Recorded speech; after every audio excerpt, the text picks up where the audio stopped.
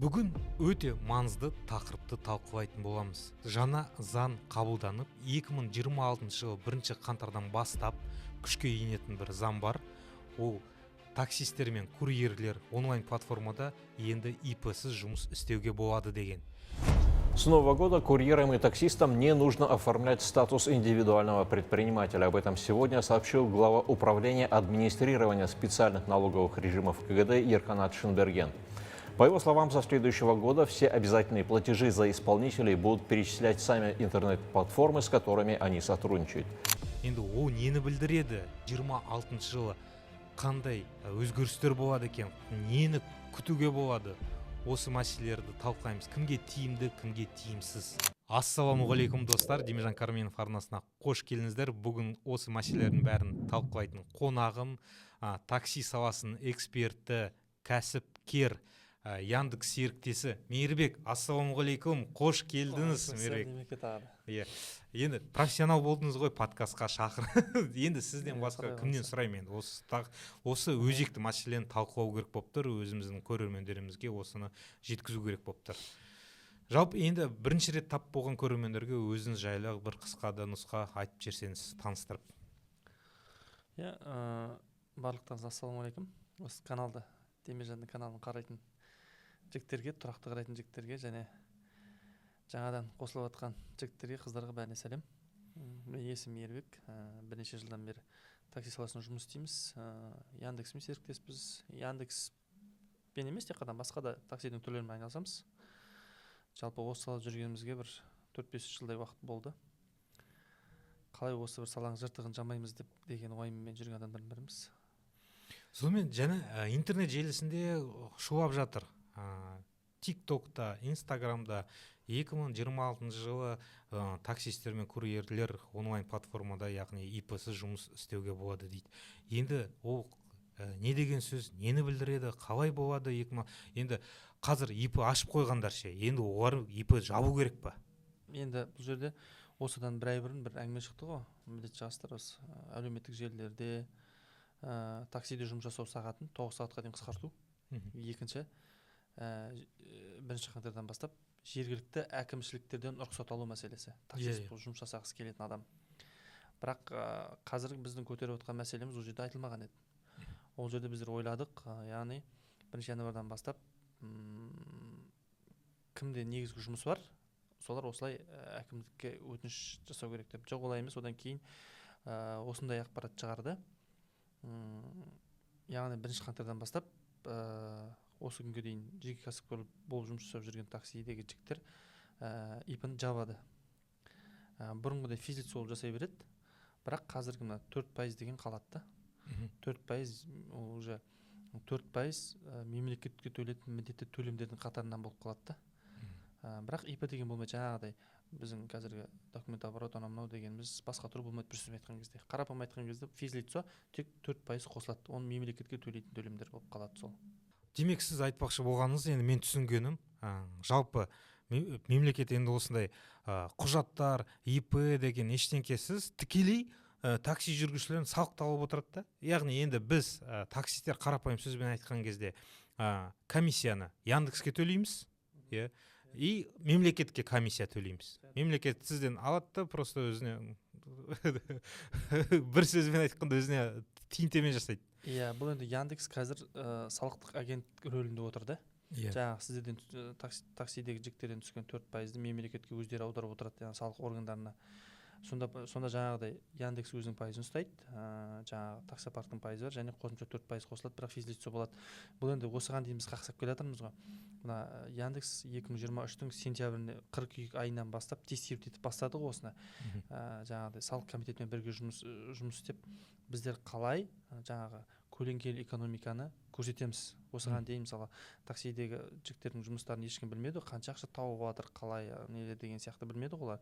Мемлекет соны қолға алды да әртүрлі концепцияларды қолдана бастады. Біз оны әуел басында білсеңіз, ИП-ні упрощенкамен аштырды ғой. Сосын патентқа өткізді. Одан кейін арнайы салық режимдері деген қосылды.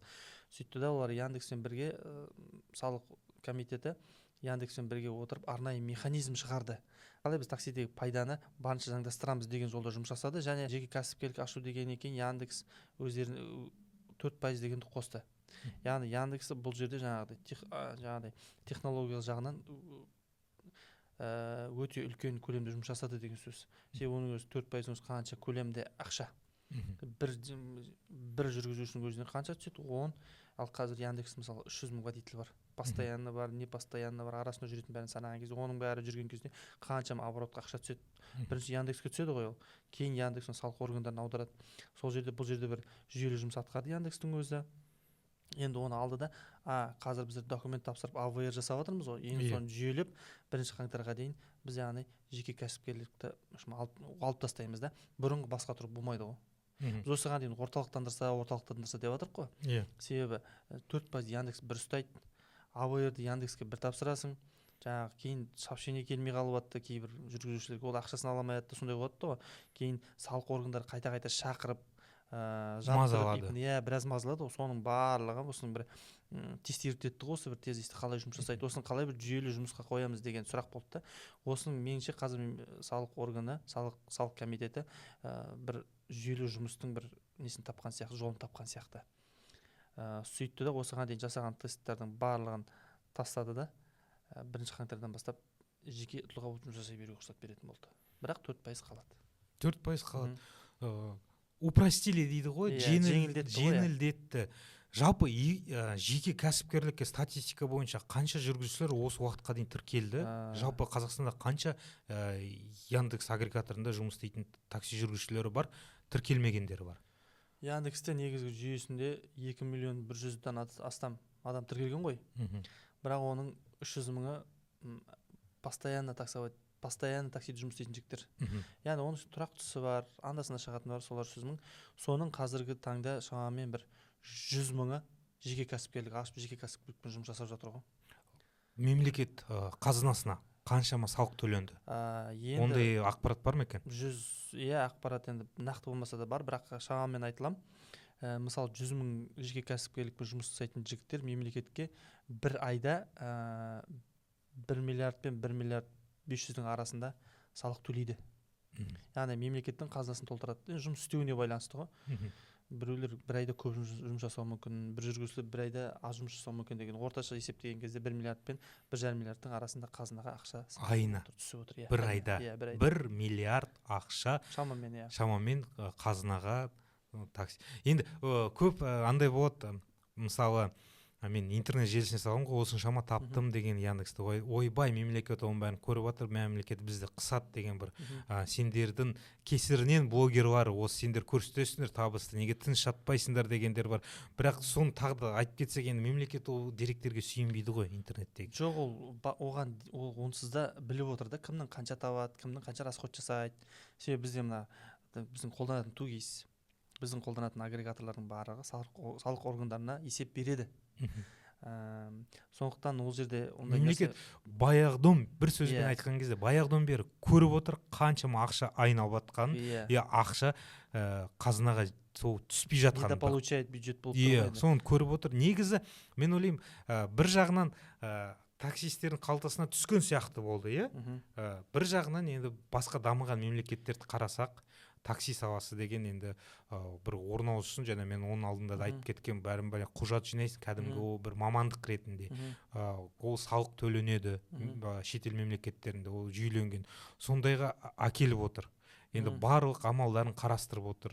Енді бізге жеңілдетпекші, енді тек қана жай 4% комиссия ұсталынады, бірақ мемлекеттің бюджетіне кетеді. Ол енді бұрындар мысалы самозанятый дейді ғой, Ресейде бұдан бұрын бар, мысалы 2 жыл бұрын кірді, бірақ кішкене форматы сәл бізден барғанда өзгешелеу. Мысалы үлкен дамыған елдерде ол уже бұрыннан бар. Сондықтан біздер де осыған қадам-қадаммен келе жатырық қой. Енді қазір ол кезек бізге де келіп тұр да. Енді былай қарасаң, қазір көп жүргізушілер мен ИП ашпаймын деп көп, мысалы біраз ИП ашпай жүр ғой, бірақ таксиде жұмысын жасауын жалғастыра береді.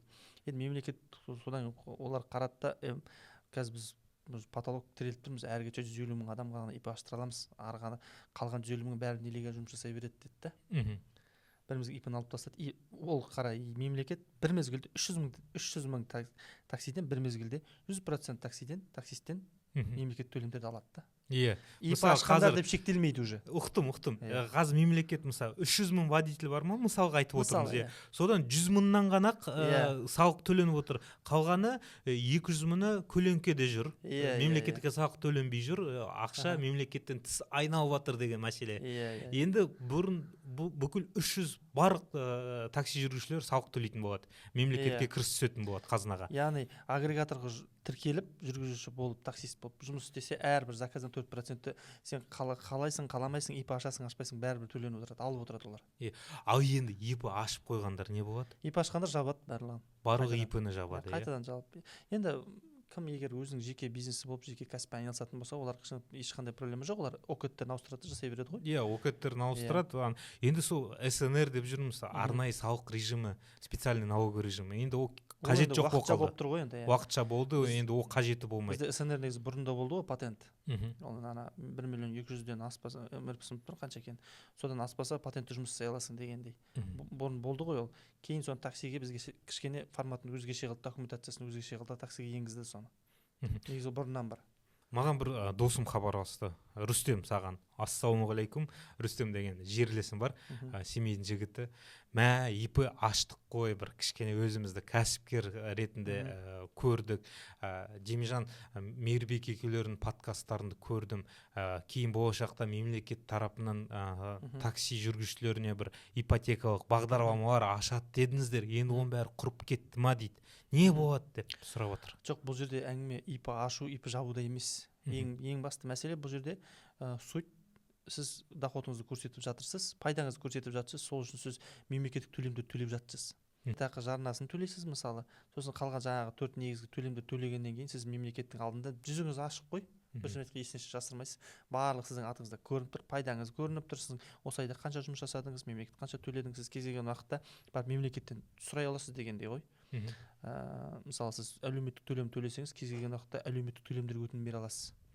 Және де кез келген уақытта жаңа поликлиникадан барып тексере аласыз. Оны біз қақсап отырмыз қазір рас. Енді жалпы барлық такси жүргізушілері заңдастырылады. Ал енді қосымша емес, негізгі жұмысы бар. Ол бәрі төленіп жатқан жүргізушілер. Бәрі төлене беретін болып тұр ғой. Ол жақтан да төленеді, былайынан да төленеді. Төлене беретін болып тұр ғой, иә. Бұрын енді мысалы жеке кәсіпкерлік болған кезде негізгі жұмыс барларына ИП ашудың қажеті жоқ, солай жасай беріңдер деді ғой.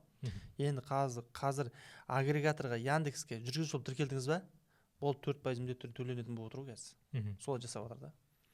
Енді ары қарай детальді қалай болады, несі қалай болады, оның есебі қалай болады, оның мүмкін бәріміз әкімшілікке барып ЕГОФ арқылы өтініш береміз бе, мен таксист боламын деп таксисттен қағаз береді мысалы. Жергілікті қай әкімшілікке қарасты өзінің әкімшілігіне ЕГОФ порталы арқылы өтініш береді, мен таксист болғым келеді деп, сосын оған одобрение береді деген сияқты ғой. Одан кейін сол қағазымен сіз официально жұмыс жасап жүре бересіз. Мысалы осы кезге дейін маған айтып attыңыз ғой, тоқтатып рейд арнайы, сіз бет айтқансыз ғой, иә? Рейд болды. Рейд болып кім ИП-сіз болғанда айыппұл салды. Официально жұмыс жасап жатыр, соны штраф салып жатыр дегендей. Уже оның өзі дәуір өтеді да. Себебі тест уақытында соны сол жасалды. Қазір одан кейін жаңа акиматтан, ЕГОФтан, өзіміздің электрондық порталдан мен таксистпін деген қағаз алатын болсақ, сонымен ақ жүре беретін болып отырмыз ғой. Бір сөз айтқыңыз, қысқаша анау түсінікті тілмен айтқан кезде. Жалпы такси жүргізушілердің беделі көтеріле ме екен? Мамандық ретінде бір мәртебесі. Ол жерде енді екі түрлі мәселе бар ғой. Бізде мысалы бір түрлі не бар, основной негізгі слой, олар өздерінің күнін осы такси арқылы көріп отқан адамдар. Олар енді нағыз таксистер да. Ал одан кейін анда-санда өздерінің қосымша табыс ретінде көретін адамдар бар, олар басқа. Сондықтан бұл жерге негізгі әңгіме, манағы біздің телеарнада талқылаған әңгімеміз осы ғой. Негізгі қатысты әңгіме жаңағы основной таксиде жүрген жүргізушілерге қатысты ғой. Бірақ енді біздер енді мына агрегаторлар келгеннен кейін ғой біз такси мәдениетін түсіне бастағанбыз. Оған дейін біздер тек таксиді А-точкасына жеткізетін транспорт ретінде ғана көрдік қой. Одан кейін бізге Яндекс келді да, осылай бізге осы платформаға енгізіп қойды да, біз өз таксиді қазір Яндекс елестете алмайтын болып қалдық қой. Сондай мәдениет көтерді. Бұл енді уақыттың еншісіндегі мәселе. Себебі біздер бағана да айттық, Яндекс такси деген ол кез келген адам таксист болады да. Себебі адамның бір түрі болады ғой. Біреу за рулем жүргенде демалады, біреу анда-санда таксовать етеді демалады, біреу сөйлескенді жақсы көреді деген сияқты ше. Ал біреулер бар, бір эмоциональный спад болады біреулерде, сол кезде таксиге шығады деген. Ол кезде әртүрлі енді ол адамның жеке қалаулары ғой. Бірақ енді уақыт өте біз қазір сол үшін бүткіл жанымызды салып жаңағы осы Қазақстандағы еліміздегі таксистердің мәртебесін көтеру үшін шырылдап ана жерде мына жерде бүткіл осы әңгімені айтып жатыр ғой. Уақыт өте басқалар да қолдап әйтеуір бір керім бір 5-10 жыл болмаса да бір 2 жылдың ішінде осы мәселе әйтеуір бір өзінің шешімін табады деп ойлаймын енді. Яндекс таксиде жұмыс істесеңіздер және де қай таксопаркта жұмыс істеген дұрыс, пайдалы, тиімді деген сұрақ туындап жатса, сіздерге өзім істеп жүрген таксопаркты ұсынғым келеді. Таксопарк Такси Колеса өте сенімді таксопарктардың бірі. Қазақстан территориясында өте беделді стажы бар. Осы таксопаркта жұмыс істеу керек. Мен өзім роликтерімде күнделікті айтып отырам. Таксопаркты 3 критериймен бағалау керек. Ол яғни сенімділік және де қаржылық тұрақтылығы, сонымен қатар техникалық қолдау орталығы әрдайым сіздерге жауап беретін. Осы 3 критерийға сәйкес келетін Такси Колеса таксопаркі. Сондықтан да тез өздеріңіз құжаттарыңыз белгіленген осы көрсетілген номерге жіберсеңіз, сіздерді тез тіркеп береді. Парковый ИП водитель болып тіркеп береді. Егер де ИП болып жұмыс істесеңіздер, не болмаса ИП-сіз сіздерді тіркей алады. Достар, менімен бірге сенімді таксопаркта жұмыс істеңіз. Енді қараңыз, мен түсінгенім ой келіп жатыр. Енді қазір индрайвер бар бізде, Яндекс бар. Енді индрайверде де бай процент ұстап қалады, мемлекетке төлем жасалынатын болады. Яғни енді бұл Яндекс монополист болып қала ма екен, басқа агрегатор кіре ме екен? Міне сыбыс бар, Болт кіреді. Енді басқа агрегаторға кіруге жеңілдік бұл. Яғни болды, комиссияны ұстап қал, мемлекетпен жаңағы өздерінің бір техникалық немен байланысты агрегатор ақшасын алдырып беріп отырады 4% әр жүргізуші үшін. Енді осыған алаңға басқа да агрегаторлар кіру мүмкін бе? Енді ол енді бұл рынок қой. Енді Болт жайлы. Рынокты ұсыныс шешеді да. Спрос. Енді ол Болт болсын, жаңағы Джет деп ата біреулер. Оның барлығы Яндекспен салыстырғанда көлемі де жағынан, былай танымалдығы жағынан енді ұтылады енді аздау. Бірақ Яндекс бәрібір номер 1 болып қала береді Қазақстанда. Примерно бір 5-6 жылдың көлемінде, 10 жыл болмаса. Басқа агрегатор кірсе де, хотя бы бізге қазір бонустар бере бастайды. Яндекс-та бәсекеге түседі. Себебі қазір Қазақстанда 90% дейікші. 90%-дің заказды Яндекс орындайды. Қалған 10%-ын индрайвермен жаңағы апару бар, ұсақ-түйек агрегаторлар солардың еншісінде.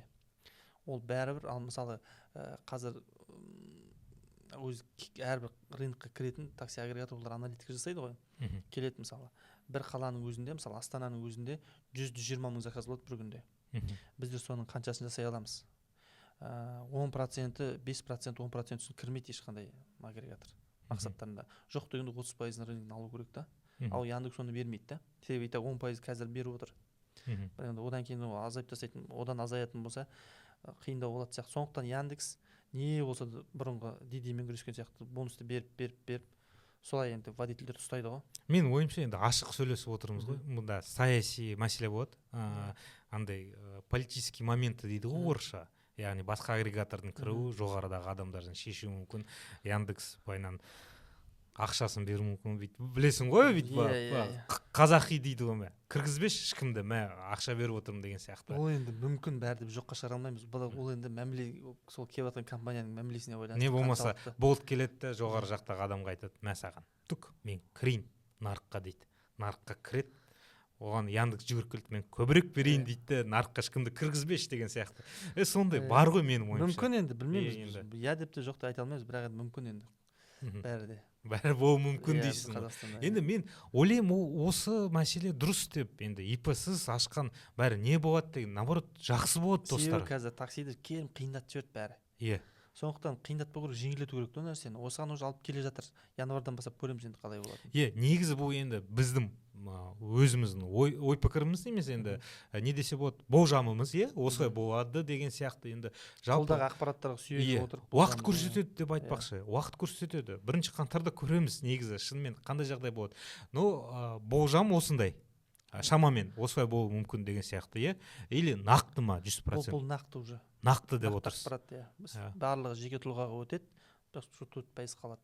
4% қалады, просто комиссия. Енді Яндекс кішкене 17% алады ғой, 17-18% региондарда кішкене бөлек, енді хотя бы бір 2% или 4%-ын түсіре ма? Оны түсіреді деген нәрсені үмітімізді үзуіміз керек. Себебі Яндекс енді менің ойымша ол уақыт өте пайызын өсіретін сияқты. Пайызын деп ойлаймын. Наоборот өсіреді. Себебі басқа елдерде агрегаторлар 25-30%-ға дейін алады ше. Бізде ол енді осындай отыр ғой. Нарықта бәсекелес индрайвер жаңағы. Оның жалпы комиссия мөлшері 12,5%. Қазір азайтып жүріпті олар. 7% ғой. 0 қылып жіберген қазір. Қазір жоқ, жаңа жылға дейін акция болып жатыр. Жаңа жылға дейін жұмыс істесең комиссия алмайды. Рекламасын көріп қалдым. Иә, Нұрлан Қоянбаев рекламасын жасап жатыр. Енді сөйтіп водитель тартып бәсекеге түсіп отыр ғой Яндекспен. Мен жұмыс істедім, мен орыс тілдегі арнамда Демижан Про таксида индрайверға шыққан бейнероликтерім бар. Мен тексердім, шынайы солай ма? Шықтым желіге. Мысалы 1000 теңгеге келістім индрайверді, 1000 теңге апардым, 1000 теңге түсті маған. Комиссия ұстаған жоқ. Яндекстің системасы, индрайвердің системасы бөлек қой. Яндекста нал без нал деген бар, картамен шешіледі, балансын көбейтеді. Индрайверде ондай жоқ. Индрайверде сіз кошелегіңізге ақша саласыз. Каспи болмасын, терминал болмасын, бір 1000 теңгені салып қоясыз да. 1000 теңгеден комиссия ұсталынып отырады. Ол біткен соң қайтадан салып қоясыз. Жоқ, ол емес. Ана клиенттерді айтып жатырмын. Клиенттер онда просто Каспи, Жусан деп өзі таңдайды, сонда көресің, мен Жусанмен төлеуге болады, төлейді деп тұр, Каспимен төлейін деп тұр, наличкамен төлейін деп тұр. И сонда балансқа салу керек. Мен қазір 2-3 теңге салып қойғам, 2-3 теңгем әлі тұр. Бірақ мен бір 50-60 мың теңге таптым, комиссиям ұстаған жоқ, балансым әлі тұр. Жаңа жылға дейін сондай бір индрайвға бір жарнама болып кетті ғой бұл подкастта. Енді бұл жарнама емес, енді шындықты айтып отырмын. Қазір мен өз бейнероликтерімде бүйтіп айтамын, бір нәрсе беріп отырмын, алу керек, жуу керек, істеу керек. Нужно орысша, нужно брать и делать. Енді былай қараған кезде негізінде қаланың ішінде индрайвер Яндекске енді конкурент емес қой, ыңғайлылық жағынан, не жағынан, енді баға саясатын білмеймін, енді әркім өзіне шешеді, оны қандай баға ыңғайлы. Бірақ былтырмет индрайвер, енді бір сөзбен айтқан кезде соғыс дейміз ғой өзара. Индрайвер кірді да қалалық күшейтті, былтырдан бастап бет қателеспесем. Содан биыл алды да Яндекс мәсаған деді, межгородтағы шыға бастады уже. Енді қызық Яндекс, енді алдымызда қызық нәрсе мен үшін индрайвер бұл соғысқа қайтадан ответін бере ме, бермей ме? Себебі қазір ответ берді ғой, 0% комиссия деп. Енді ол ответ емес қой, ұсақ-түйек маркетингтік ход қой енді. Клиенттер өздерінің жүргізушілерін ұстап қалу мақсатында. Бірақ бұл жерде мынандай нәрсе бар. Жаңағы салық комитеті осы жеке кәсіпкерлік ИП жүргізуші деген нәрсені осы Яндекс арқылы бастады ғой. Сол кезде көп жүргізушілер индрайверге кетті. Ол оны Яндексті бәріміз біліп отырмыз ғой. Себебі ана жақ ИП ашқысы келмейді, проблема анау көбейіп кетеді, бәрі индрайвер кетті да. Бәрі емес, енді какой-то часть индрайвер кетті. А бұл егер жаңа ИП болмайтын болса, қайта Яндекс келеді да олар. Енді 100% Яндекс келмесе екі ортада жүреді. Бірақ ол жүргізуші үшін де пайдалы, агрегатор үшін де пайдалы болып отыр ғой бұл жерде. Екі жаққа да взаимовыгодно болып отыр. Ал енді мысалы қазір индрайвер сондай бәсеке жүргізіп жатыр. Индрайверде ИП-сіз жұмыс істеуге болады. Енді мен түсініп отырмын, енді жаңағы индрайверға балансқа саласыз ғой, 1000 теңге салып қоясыз. Сонда комиссия индрайверді де жүктейді. Айтпақшы бәрі мемлекет, менің ойымша, жаңағы 4% салық Яндекстен бастады ғой. Ал индрайверден қалай аларын білмеді ғой. Өйткені индрайверде без нал деген жоқ қой.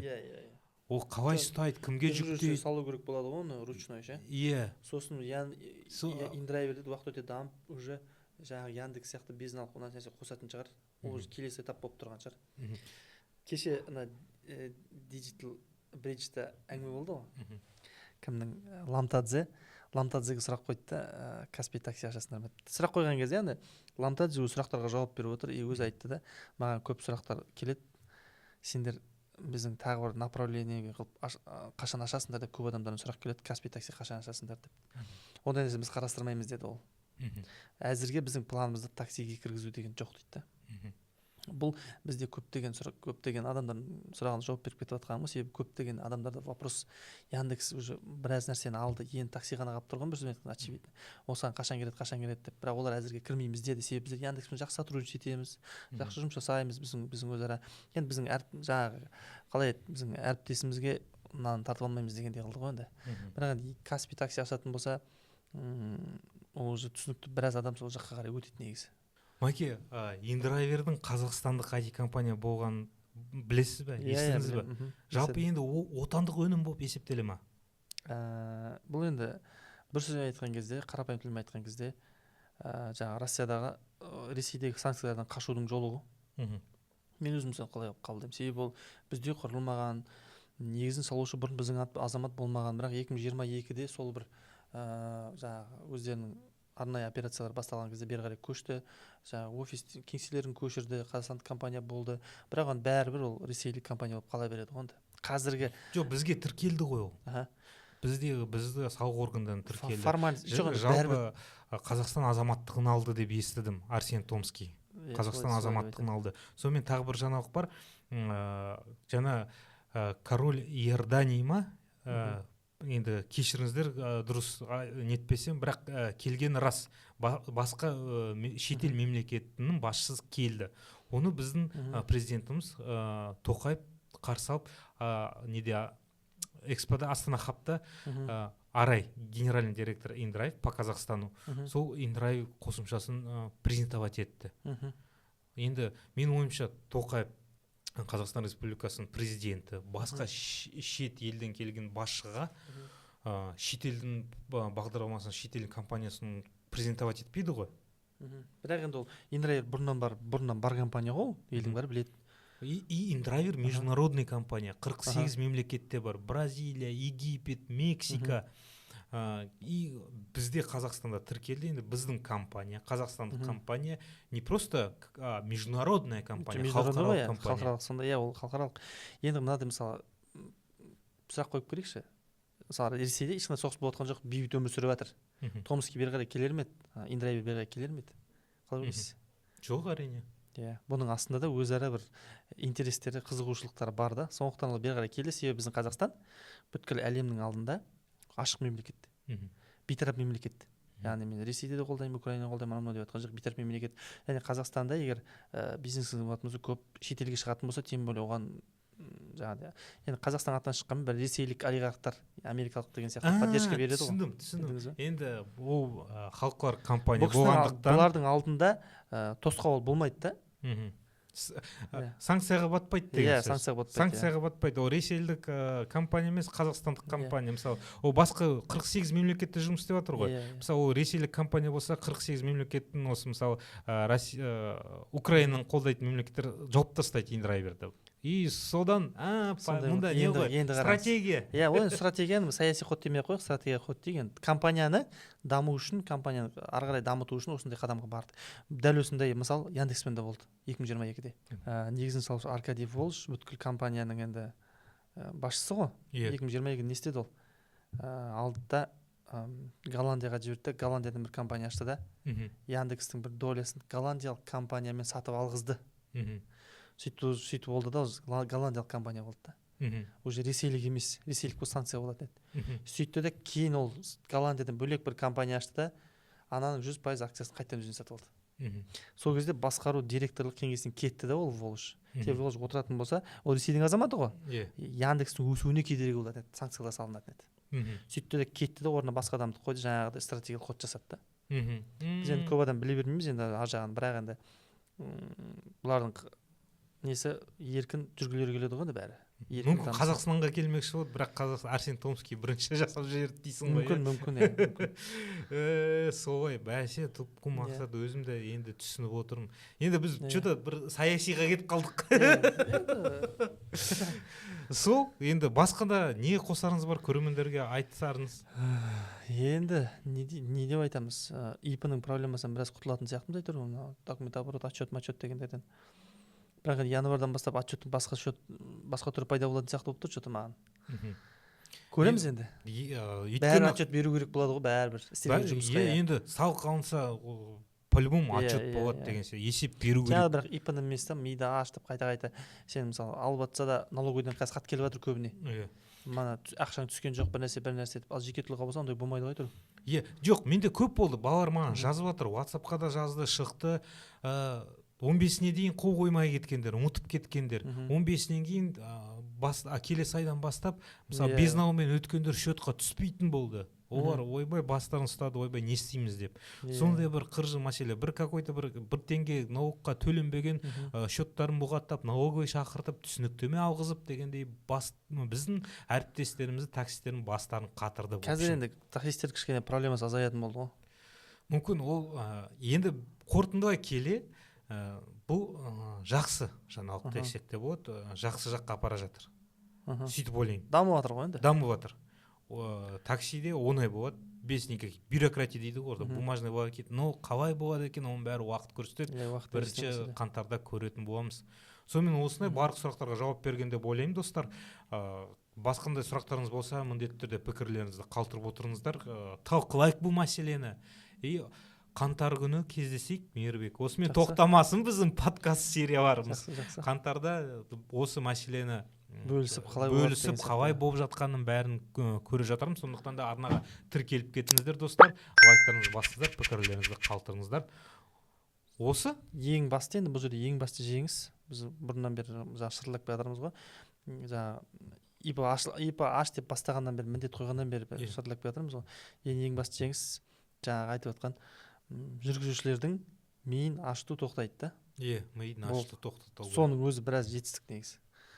Оны требовать етті, жүргізушілер сұрады, басқа да адамдар сұрады, жетістікке әйтеуір соған жетті да, жеттік бірге. Жеттік. Давайте жеттік, жеңістім. Енді 1 қаңтарда көретін боламыз. Достар, мұнда басқа да Мейірбек екеуміздің подкасттарымыз шықты. Соған өтіп қарсаңыздар болады. Әдемі сұхбат, такси саласының эксперті Мейірбек, сізге көп рахмет. Достар, сау болыңыздар.